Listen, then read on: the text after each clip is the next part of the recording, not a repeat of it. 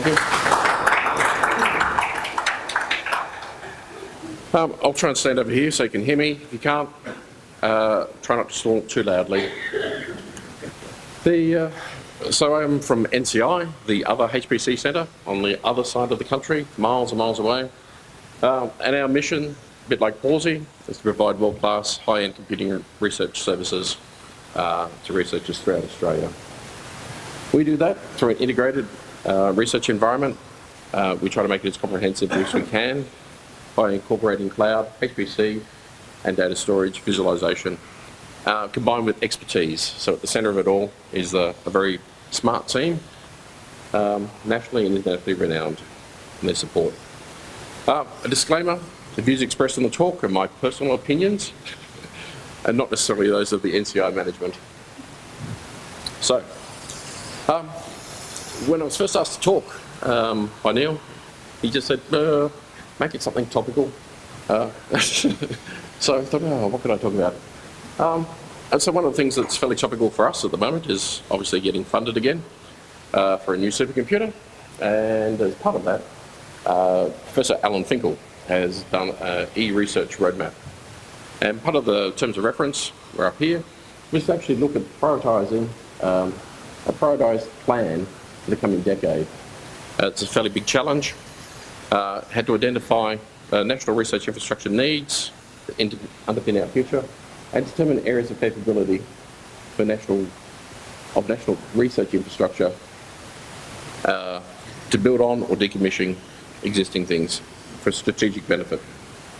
There are a few other terms of reference, but they're the two that are probably most applicable. As part of the outcomes, there were 9 key recommendations or 9 key areas, and one of the things that Allan Finkel and the review committee identified was the digital data and eResearch platforms area of focus. It was identified as a key component because it touched all of the national science research priorities. Increasingly, we're seeing more and more research requiring compute and storage, and so this is a core underpinning to the roadmap. As part of that, he identified within the digital, I'm going to get the right phrase, digital data and eResearch platforms, a number of key elements. One of them is Tier 1 HPC, and talked about enhancing the existing HPC systems at Pawsey and NCI. Talked about creating an Australian research data cloud between ANZ, Nectar and RDS, and then also enhance the capability of the current AREN, and also continue to support access authentication. So that started me thinking about, well, what about HPC Cloud? So, we all hear that the cloud can do everything. So, I've got limited money, so where do I spend it? Do I have a head-to-head battle between Team Cloud and Team HPC to work out where the dollar should be spent? So, how do you decide where's the best place to spend the money? On the right-hand side is the correct answer, but anyway.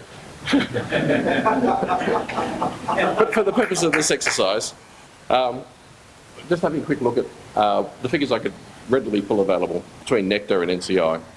So, if you have a look at the capital investment of what they did, and then the co-investment, so a measure of actually support and desire to have these services is the level of co-investment we see. So over those 3 years, there was 56% co-investment in the cloud environment, 54% in HPC. So these are approximate numbers of what we can see. If we take a look at the number of cores that came out of the Nectar cloud compared to the number of cores we got out of our Rygen system, and then look at the cost per core, you can see that the cloud wins. It's a cheaper solution. However, a core is not a core, and if you take the number, because these are actually virtual CPUs, and if you actually compare that in terms of what it's capable of doing, what we can do in Rygen, it's effectively a 2-to-1. So if I actually do apples-to-apples comparison, then it looks like HPC wins. The number of researchers currently being supported is about 10,000 in Nectar, if you look at their graph and their growth, of which, when I was speaking to Paul Coddington. He said there's about 4,000 that are currently active at the moment that have logged in from the beginning of this year that are running environments. In Rygen, we've got about 4,000 users. About 1,500 of those are currently active.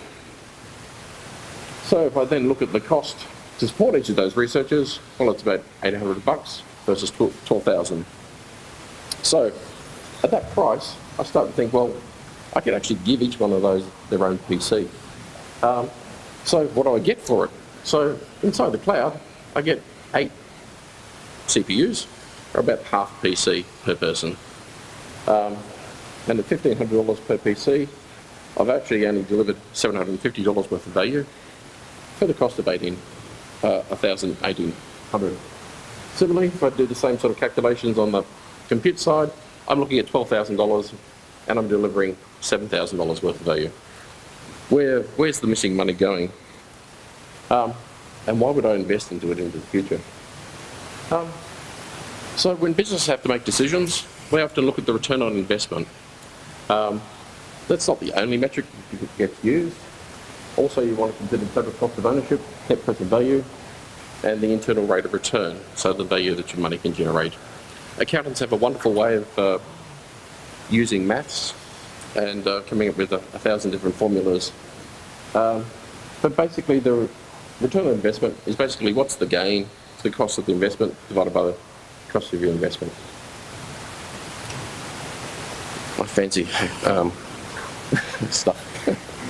To calculate ROI, therefore, we need to know the initial capital costs and the kind of investment we have and the gain from those investments. So, but how do we measure the research outcomes? Unfortunately, little is known about the time period for when a research outcome will actually produce a financial economic benefit. Sometimes it can be many, many years, 20 years later. So any pattern that you can pick ends up becoming a best guess. Michael also goes on to say that in consideration on return on investment, so he was talking about grants, so he's looking at research grants and how they apply to researchers. It's actually the derived benefits we need to look at as well as the financial benefits. So what are some of the derived benefits for the cloud and HPC? IDC did a pilot report back in 2013, and it was done for the DOE labs, and they were asking how important is it, basically, to invest in HPC. Part of their drivers behind it was that China was now starting to invest more heavily in HPC, and therefore they wanted ammunition to say that investing in HPC gives you a great economic outcome and drives innovation within the country. They used a couple of different macroeconomic models and basically tried to answer the question how high-performing computing investments can improve economic success and scientific innovation. Sorry. Got it. So their results showed on average huge amounts of return on investment. So for every dollar that went in, on average of revenue, $365 came back. And for other fields, the average of profits or cost savings, so they often talk about cost savings in academic areas where you didn't have to spend money elsewhere. But then, of course, because this was a pilot project, had a caveat around it saying that you have to be very careful about using this data.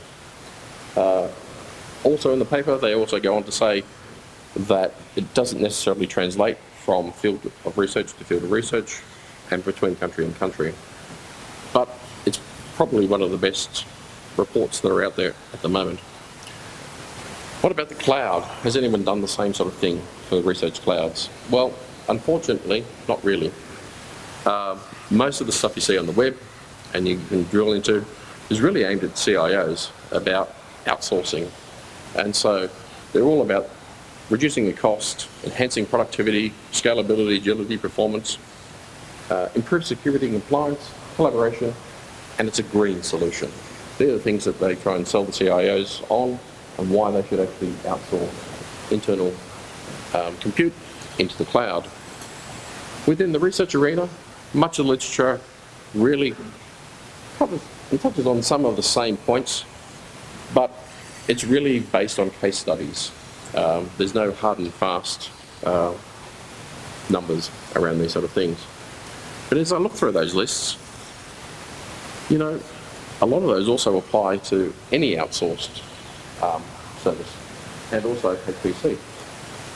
So if we go head to head, so cost reduction. So there's the mantra, the cloud is cheaper. But just like a car and a bike's certainly cheaper, but it's not the best form of transport if you want to go somewhere for a long distance or in a hurry. Equally, a bike works well when you're trying to navigate around some city centres. In general, trying to generalise as much as we can, cloud CPUs are cheaper, but they do less work. They also, we only see a run of about 15% of time utilisation compared to sort of the 85-90% we see on our HPC systems at NCI. Also, because they're less powerful, you actually need longer to run, so the results take longer to come through to get the same output when you can actually do those comparisons. Interconnect between the two is cheaper, but again, it's typically slower. So, who wins? Oh, it's about 50-50. Enhanced productivity. Both the cloud and HPC are accessible from the network. So, they can be used anywhere. Batch processing, you can sort of set and forget. Also with HPC, the admin tasks are looked after by a specialist team. Look, if we go back. But in the PC, should be in the cloud. It's often do-it-yourself. One of the big selling points, though, for many researchers is the cloud can provide an instant start, as there's no queuing, but it comes at a price with the need to have idle machines sitting around just waiting. Scalability, both the cloud and HPC scale, but in different ways. Agility, the instant start, as I said, came with a price. Also, there's agility in terms of what researchers can do with it. A cloud can provide rapid deployment of different OSs, but now with Singularity coming on with HPC, it can also perhaps provide this as well. Performance, I think most of us would agree that HPC probably wins hands down, but we also see high-spec clouds that can deliver the performance for some jobs. The claim of improved security compliance, again, is also a little bit iffy. It can be seen as positive if you're looking at your own internal systems, and if you outsource them, then it's someone else's problem about the security of the data centre and all those sort of things. However, if you're actually getting researchers to do their own system administration, unless they're doing a good job, you're actually, I think it's a negative, and your machines, even though they're in a secure data centre, the machines themselves aren't secure. And the green argument, well, with any shared system, HPC and cloud can be seen as green from the perspective of institution outsourcing it, because you're only using what you need. In HPC space, you use your job and it's scheduled with other jobs. In the cloud space, again, you run your task and then you shut down your VM. One of the key things that happens in both HPC and cloud with the systems on the network, the sharing of data and applications has become key. So, who wins? What's the best ROI? HPC or cloud? Well, the ROI depends on who's asking the question. Is it the funding body that's asking the question? Is it the institution that's asking? Is it the researcher, in terms of the researcher's time and effort in learning how to use one or the other systems? But it's actually the wrong question. Because we need HPC and we do need the cloud, and they're both acknowledged in the roadmap that's coming out. Data is a key ingredient for delivering a collaboration value to research. So what I think we should be asking is, how can we continue to reduce the barriers for researchers to allow what they call friction-free research in a cost-effective way? From the roadmap again, you can see that within the Finkel review, The current HPC environment has evolved to encompass the needs of big data, processing, data mining, machine learning, in addition to the role of traditional computational modelling and simulation. So basically, it's been acknowledged that HPC is transitioning from what used to be a standalone tier 1 system doing very large jobs to being an integrated system.